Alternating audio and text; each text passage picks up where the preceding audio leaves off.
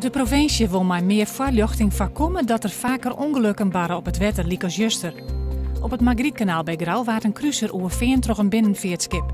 De opvarenden, een echtpaar uit het Limburgse Lottem, weer reanimeerd en naar het ziekenhuis bracht. De cruiser, die het heel onder het skip hong, is burgen. In opvang De Terp in Ljouwen is een derde man gevonden. Mogelijk gaat het om een misdrijf, de wordt seksedien op het lichaam. De man is een bekende in De Terp. Voor de orengebroekers van de opvang is slachtofferhelp regelen. De derde man die het verleden week voen waar bij de Tjoekemar is de 34-jarige Amsterdammer Omar Kourish. Nevens de politie wie de Marokkaan huid van Twalitse been. Van de dierders had de politie nog geen spoor. De uitsturing van opsporing verzocht had 5 tips opsmieten.